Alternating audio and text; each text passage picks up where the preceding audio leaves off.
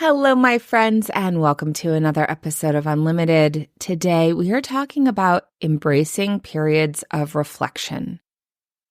I recorded this episode as a way to try to coalesce thoughts that have been coming up through my coaching work, but also through various aspects of my personal life.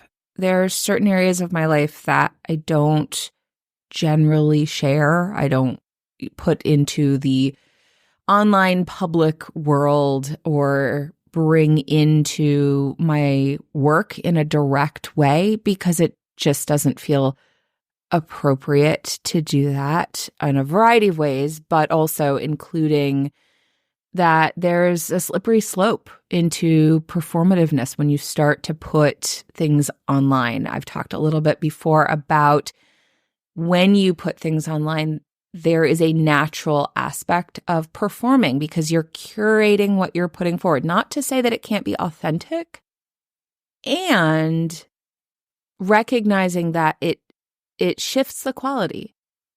And I think that for me, it's important that I not muddy my focus and distract from the reason I do that social justice work, that advocacy work, and keep that where it is. At the same time, a lot of what comes forward in that work, I see reflected in my work as a coach and vice versa. The roots and the patterns that are related to each other come forward. And I think it's important to spend time reflecting on how those intersect, as well as to just spend time reflecting where we don't really value that or give space for that. And so for me personally, both of these things are very intertwined. They're very much related to each other in terms of like that work is related to why I do the work that I do as a coach. And the work that I do as a coach is informed by that other work. My coaching philosophy, I think I want to pull forward here, and it's on my website, but just to emphasize it here, my philosophy is that to shift the patterns that create imbalances in the world, we must first engage the internalized patterns that limit us in our own lives. This self-work not only expands the impact of our work in the world, but also creates more intentional, present, and joyful relationships in all areas of our life, which then inform how we show up in the world. There's an interplay together. So while I don't go into details on the more personal engagement sides in this episode, I really thought it was important to observe a common feature of the need for reflection. So I'm reflecting on reflecting. I hope that I've been successful in pulling these ideas together for you. I do think that these reflections belong in a larger conversation than just thoughts from me. So it's another reason why I put a lot of resources for you to look at in the show notes. I would also love to hear your thoughts and what this episode brings up for you. So I invite you to send me an email on my website where I have the episode posted. There are also a place where you can put comments. So you're welcome to do that as well. I keep forgetting to mention that. Or reach out to me through direct messenger. There's lots of ways to reach me, and I invite you to do so. And now, without further ado, let's get started.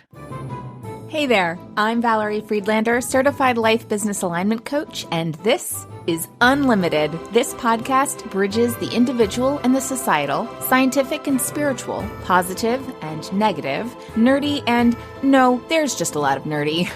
Come on board and let's unlock a life that's as badass as you are.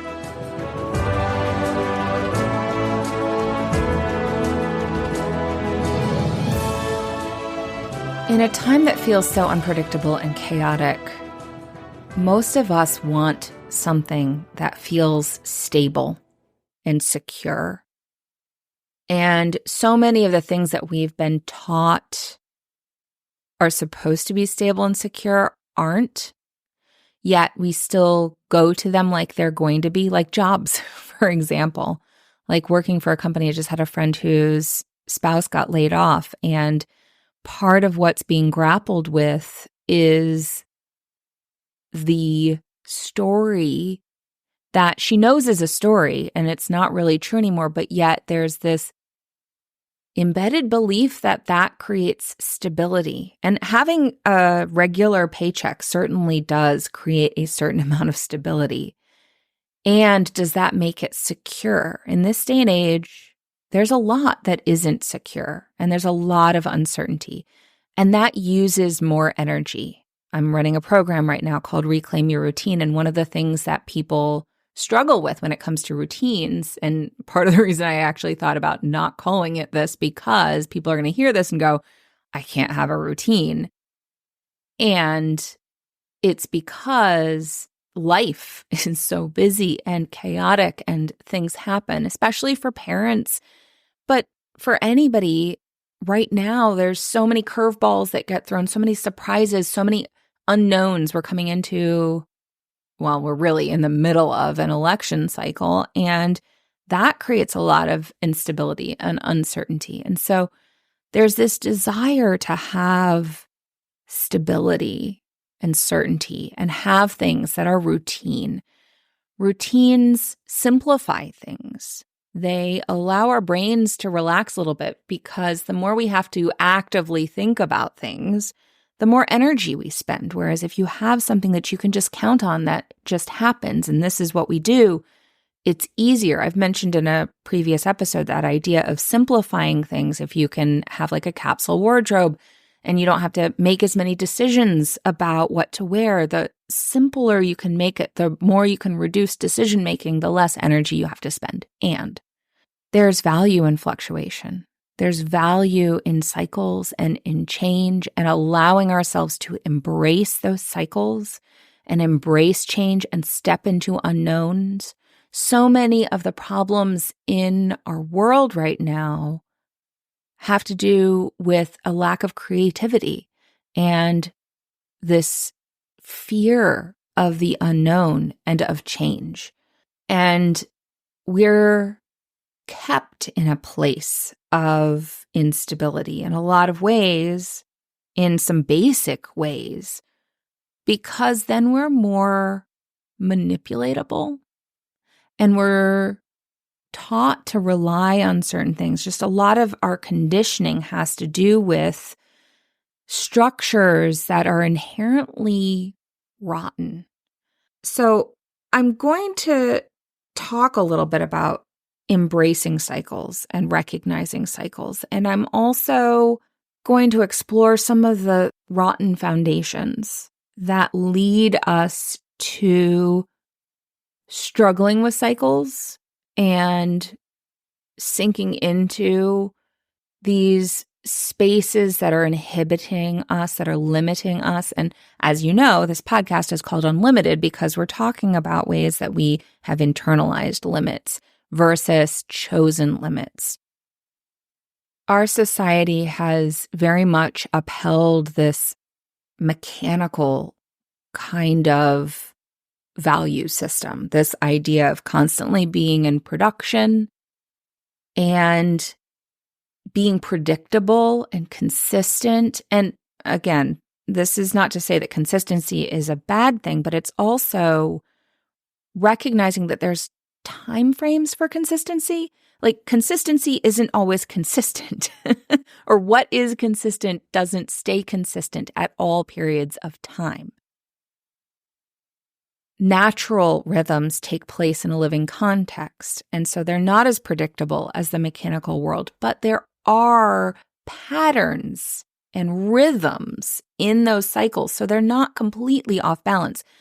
It's when we divorce ourselves from a connection to those rhythms, when we sever our ability to lean into the rhythms and cycles that are natural, that we block a sense of stability within those cycles within that flow. When I talk about natural cycles, I am talking about earth cycles as well as our body's cycles because we're part of nature. And this, I think, is a fundamental component to where we disconnect, is in our connection to our bodies and our ability to trust ourselves and hear ourselves, or I should say hear ourselves and trust ourselves. I've done some explorations around cycles and looking at lunar cycles, menstrual cycles, seasonal cycles, cycles of change, and the different wheels of life. And when I look at those, there's a lot of alignment between them. There's phases, and I'll use seasonal phases as an example. I've talked about this before, but we're going to dive just a little bit deeper into that of the winter, spring, summer, fall. There are certain seasons that are more valued than other seasons. And you can even see it in stages of life as another example, from baby to child to parent to senior. Or if we're looking at the feminine cycle, right? There's the baby, girl, mother, crone cycle. And those also would line up. And we tend to value these spaces of the spring, the idea, the doing, summer, where we're engaged and we have lots of energy and we're getting things done. Even the autumn, where we're harvesting and reaping the value of what we've planted. It's the winter, the crone, the luteal cycle, the earth, the physical connection that gets super devalued. And I don't know if it's because of its devaluation that it stands out to me as so important and valuable, or if it is because of its actual importance. I mean, I think that it is actually important, but it stands out dramatically to me. And I do think that it has to do with its devaluation, that we really need to bring in an embracing of that time period, that phase of life, that part of the cycle. And I think some of the reason why it's devalued is because it's a shuffling period. It's not a doing period. It's a processing period. It's a reflection period where we're listening, we're turning inward. If you think of winter, it's going into a hibernation, going into the cave, listening, slowing down, realigning, meditating, processing. This is that period of the shadow where we are learning, we're not creating, we're not doing, we're not producing, we're processing. And over and over and over again, I see with clients, there's a step that we miss that makes a huge difference. So if we even just go to the routines and we think about work routines, okay? Something that keeps coming up is, oh, I'm so much more focused. I'm so much more productive when I'm clear on the task that I'm doing. And there's frustration and tension around, well, I should just be doing it. I need to be doing more things. And part of the tension has to do with not being clear, but we miss that step. The time period of reflecting, of processing, of deciding, of preparing. The fact of the matter is that this period doesn't always feel good because it means digesting information. It means being realistic with where we are. It means looking and listening and engaging the information in our emotions, in our bodies, what we have the capacity for. And it doesn't feel good all the time because one, we haven't been conditioned to feel good about it. It doesn't feel like accomplishing anything. It doesn't feel like doing anything. It's the preparing to do something or to not do something based on what information comes through. And sometimes, for some of us, we need more time with that. It takes longer. And when that's not something that gets rewarded, that's not something that gets acknowledged or supported, it can be hard to make room for it. And it's been standing out to me as this piece that so often is missing. And when we engage, my client will be like, of course, well, that makes sense. Like, I need that time. And yet it doesn't occur until we call it forward and say, oh, we're missing a step. It doesn't get acknowledged as valuable effort.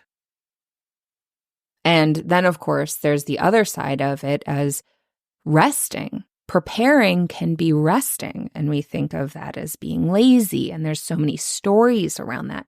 Yet, one of the things that was coming to mind for me is I'm a multi-passionate. I have lots of things that I want to do, lots of ideas, and sometimes I feel like I'm the rope in a tug of war of interests where I'm feeling pulled in all the directions. So I'm standing still. It's not because I'm procrastinating. It's because so many things are pulling in different directions that I'm not moving, right? When you have tug of war and there are equal parts on both sides and they're both pulling, the rope just stays there in the middle. That little knot that's supposed to go over the line, it just stays there in the middle. Maybe it pulls a little way one way and a little way another way, but it doesn't go anywhere. It's not that nothing's happening. But then we learn to beat ourselves up, and that teaches us and affirms to us this story about who we are and what is valuable. So I put forward this idea of what if we actually embraced that time. One of the other things that I talk about in the Reclaim Your Routine workshop is the importance of a recalibration time. So often when we do something different or life happens, we think, well, now I should just jump right back into what I was doing. I am back from a vacation or from something that happened and I'm able to get back to my routine. Why am I not just doing what I'm supposed to be doing? And it's because the step of recalibrating is missing. The step of processing what just happened, whether we liked it or not, processing what happened before we just start doing the same old thing again. Sometimes processing what happened informs a shift that needs to happen. And when we don't take the time to process that, we don't incorporate the shift that needs to happen, the new information that needs to filter into the way we do things. Again, this idea of cycles holds value for us in terms of our ability to learn and grow. I think it can be apparent why this is important to each of us as individuals. Like when you think about it, it's like, oh yeah, I need that space. I need that time to rest, to recover, to recalibrate, to engage. Okay, well, why is this so devalued? And what makes it so hard to engage? Because even when you know this is valuable, it is hard to make room for it. And I work with so many people who end up running into guilt around taking the time that's actually needed. And I believe there is some very fundamental reasons why that is. And I mentioned before, because we're more manipulatable when we're in survival mode, when we are constantly in the doings and the running and the rushing. And it's at a very fundamental level.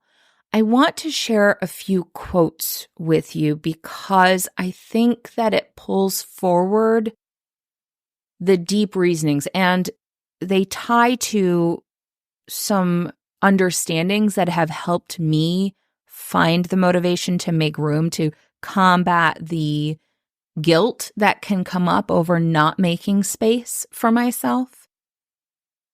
I'm going to start by sharing a series of quotes that an account I follow on Instagram called Black Liturgies shared recently, and I'll link to that post in the show notes. The first quote is by Audre Lorde, and it's, "The true focus of revolutionary change is never merely the oppressive situations which we seek to escape, but that piece of the oppressor which is planted deep within each of us." The next quote is by Cole Arthur Riley. "To be truly liberated, we must confront the parts of ourselves that are in a hidden alliance with the systems that seek to destroy us."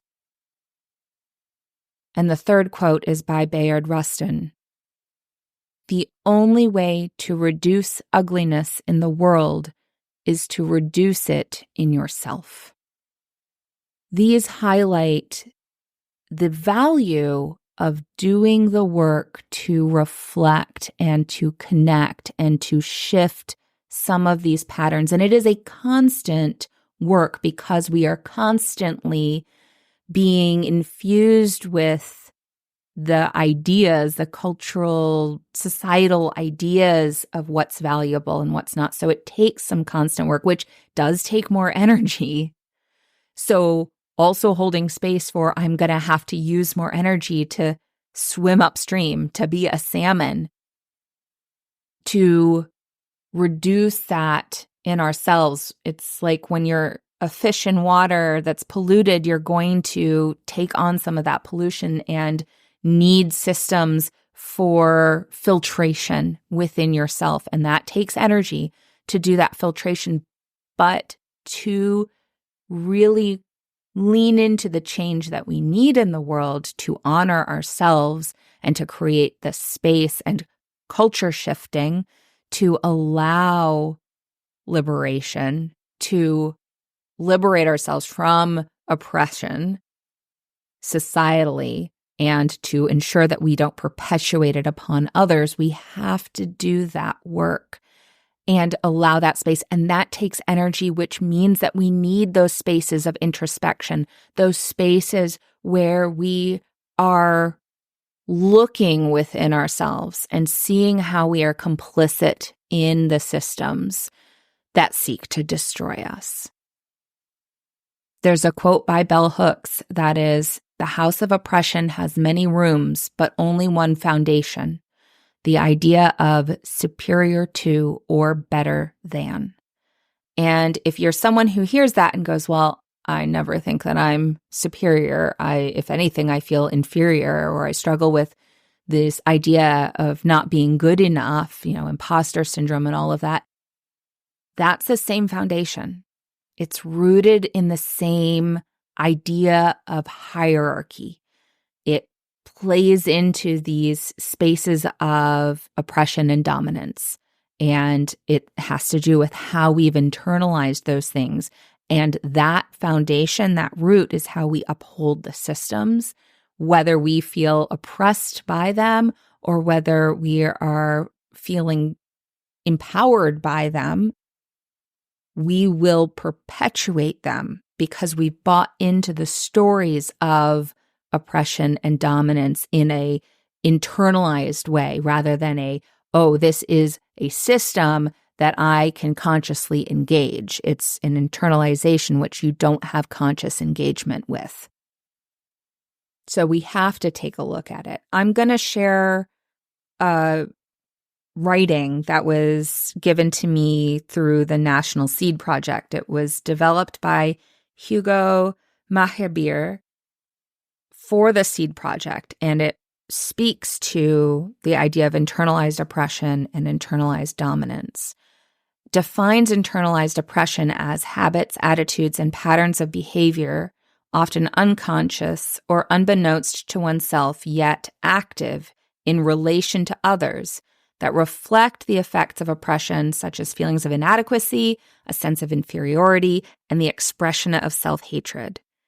Internalized oppression results in the acceptance of projections, assumptions, and stereotypes, often leading to self-doubt, dislike of one's own group, self-criticism, self-mockery, feelings of powerlessness and hopelessness, embarrassment, shame, self-destructiveness, cynicism, impatience with others' mistakes, violence against those less powerful, and collusion with the oppression.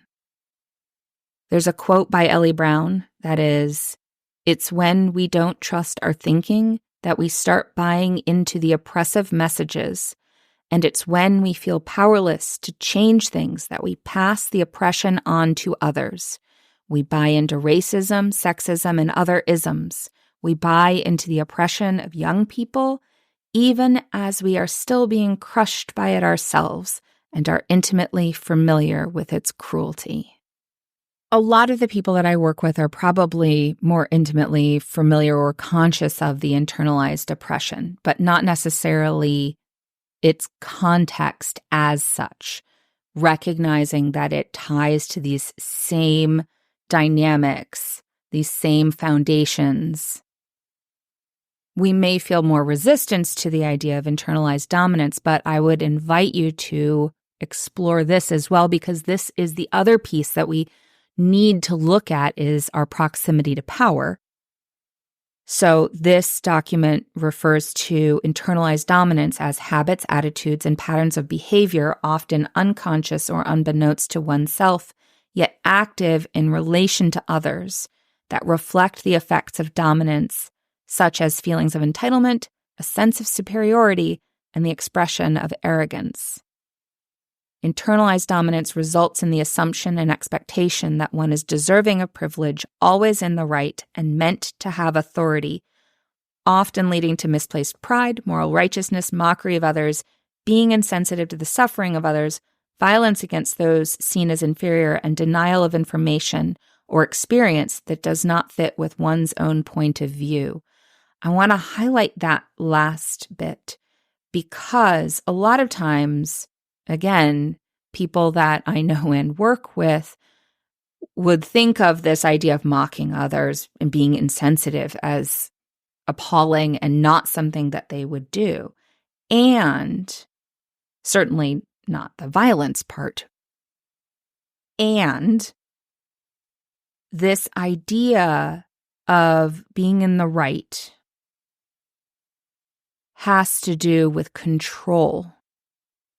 And the places where we try and exert control over our own lives in ways that are really about controlling other people. Thinking about denial of information or denial of others' experience because of a threat to our own sense of security, our own sense of stability, if it is not in alignment with our own experience or our own point of view, or that feels incriminating to a way that we've lived our life. It is a way that we block receiving new information because, again, it can look like control and feeling the need to control. It's one of the reasons why I emphasize care over control, because care allows us to receive, allows us to process new information. I'm going to come back a little bit to that, but I want to share this quote as well by Beverly Daniel Tatum, which is, "It may be useful to attend to your experience of dominance when you may find it as a white person, as a heterosexual, as an able-bodied person, as a Christian, as a man, and consider what systems of privilege you may be overlooking. The task of resisting our own oppression does not relieve us of the responsibility of acknowledging our complicity in the oppression of others. How do we receive information? How do we process information? How do we give ourselves room to navigate the grief, the pain, the discomfort of processing new information, reconciling, integrating, and realigning to that new information? If we can't do it in a simple area, and I say simple, I mean, it varies in level of simplicity, but in a less emotionally charged, potentially, area as our routines, how can we show up to that in a space when we're talking about systemic oppression? And it's rooted in the same thing. Can we be flexible and receive new information? Do we allow space for that processing? To change the rules, to do something differently. Again, that means going against the flow of our society, the things that are rewarded in our structures. There's no system that will ever reward you for disrupting it. So when you engage this, when you work to make room for a liberatory practice, such as reflecting and engaging new information and digesting it, metabolizing it, being in connection with your body and its vibration, being in connection with others in the processing, there's going to be resistance and it's going to require more energy. And again, when you only have so much energy, it's very hard to make room to have more, to use more. And that means requiring more room for that work, as well as connecting with others. Almost like with a pulley system, it takes less energy when you have a process, when you have a system, when you have supports, including other people. Two people pulling together are going to be able to lift more. So finding community, finding other people, doing the work, and recognizing that there's a draw that's going to pull you away, and having accountability. And being mindful of the tools that you're using, because the tools of oppression are seductive. I'm going to share one more quote from Audre Lorde that you may have heard before. I know I had, but I hadn't heard the whole quote or as much of it as I'm going to share with you. It goes, "For the master's tools will never dismantle the master's house. They may allow us to temporarily beat him at his own game, but they will never enable us to bring about genuine change. Racism and homophobia are real conditions of all our lives in this place and time. I urge each one of us here to reach down into that deep place of knowledge inside herself and touch that terror and loathing of any difference that lives here. See whose face it wears. Then the personal, as the political, can begin to illuminate all our choices." Choices. Illuminating choices really stands out to me there. Being able to receive perspectives that are different from us. It's not just about different social identities and the differences that go with those. It's different lived experiences, different perspectives, different understandings of problems, different approaches, different solutions. It's why we need more people, not just to pull together to do something different, but also to think outside of the box that we've been conditioned to think in, to be able to step away from the hierarchical thinking.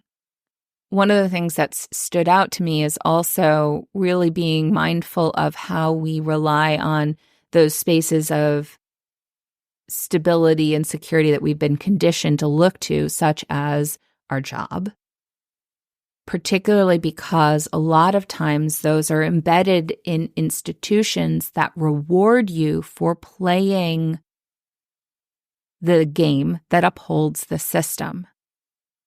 It plays into exploiting you and using the love of your work, especially in those helping professions, and taking any difference as a personal threat to how well you're doing your job, because if it's counter to the rewards that the system will give you, then you can't receive it, because then it becomes dangerous, and that's part of the conditioning.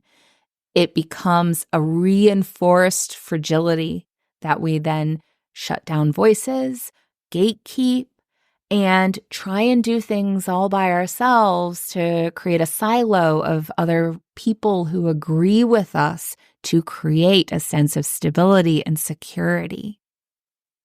And in doing so, then we shut down curiosity, we shut down knowledge and power sharing and collective action under this guise that we have to be unified about all things, instead of knowing how to engage each other in conflict and engage each other in growth. And when we start to shut things down around us and can't receive those conversations and new information because we don't give ourselves room to digest and metabolize new information, we don't allow ourselves to go into the cave and process because of urgency and perfectionism and all of these things that tell us, oh, we have to be good enough, then once again, we're picking up the master's tools and guarding the master's house, even when we claim and sometimes believe that we want it dismantled. So going back to those earlier quotes about reflection inside, looking at how we're participatory, and those deep seeds that are embedded in there that we need to be mindful of and engage. Again, no system is going to reward you for dismantling it. And any structure that has a hierarchy to it, this idea of climbing a ladder, to climb a ladder, you have to buy into the idea that there's a ladder to climb. And we're fed this idea that, well, once I get to the top of the ladder, I'll have more impact. I'll be able to do more. And who did you have to stand on to get to that point?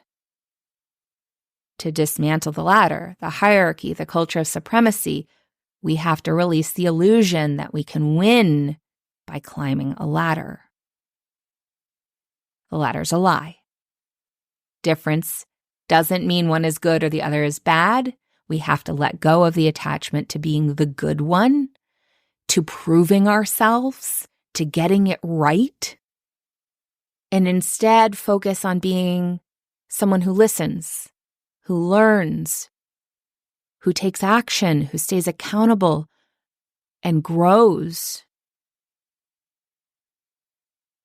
And we have to be able to go into the cave and do that reflection to be able to come out and seed and plant and grow and harvest and go into the cave and reflect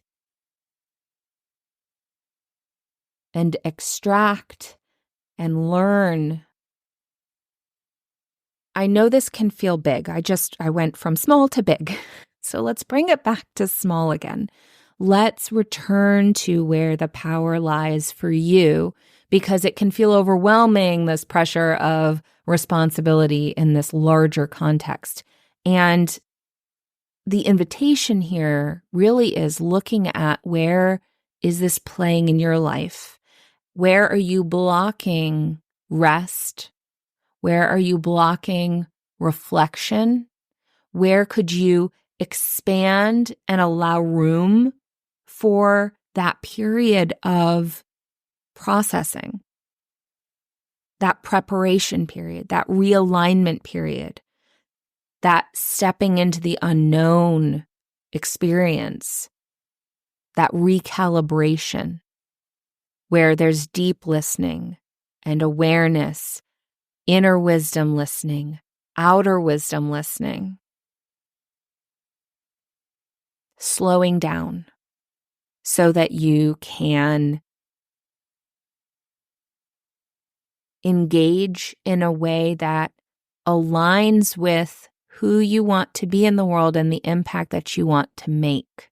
So where can you create room, or where are you feeling a push and tension, and what supports can you create to allow yourself that room? One of the exercises that I invite clients in the Reclaim Your Routine workshop to do is creating 3 rituals of support. And sometimes we get really fixed and it has to look a particular way. So I'll give you an example.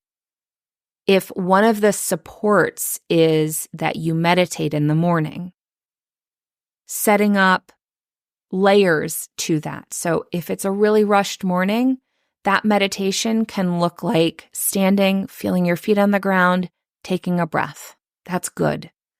That's something. That's connecting. That's allowing support for yourself. If you have more time, then it's a 5-minute meditation, 5 minutes of breathing, 5 minutes of looking out the window at nature, going for a walk around the block. And if you have a lot more time, or you had a really exhausting period, or you're in a period of shift, then building in more time, like half an hour to go for a walk, going out into a natural area and taking a concerted amount of time. That'd be the best. But this way you have a spectrum whereby you can tap into an aspect of that support that meets you where you're at and honors what you need to create room. And as you start to create room, you'll be able to create more room because your attention goes to this is important, this is valuable. You can start to notice the difference that it makes. And noticing that helps make more room for it, as well as helps you connect with other people who are interested and willing to do the same, because that's something that you're focused on, you're putting energy into. It goes back to the interview that I did with Taina Brown, which I referenced last time as well, that micro actions to create big change.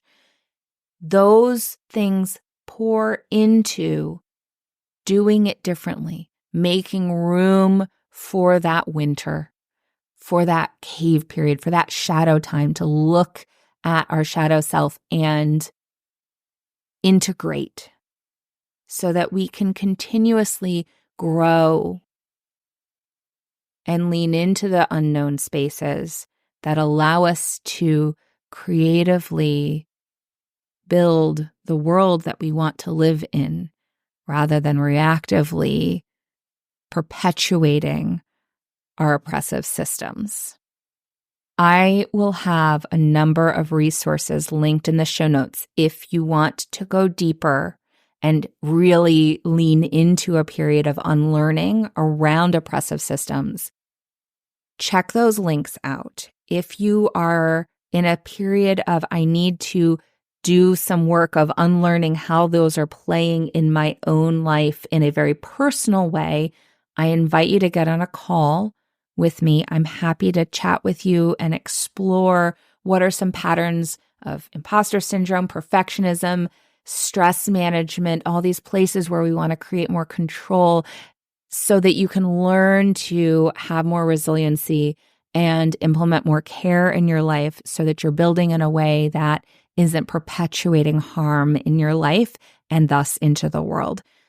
I will also link some books and resources from the people that I reference, the quotes that I reference. So check those out, and I will talk to you all next time. Thanks for listening. I so appreciate you being here. If you got something out of today's episode, please share it. Leave me a review, take a screenshot, and post it on social with a shout out to me. Send it to a friend or, all of the above.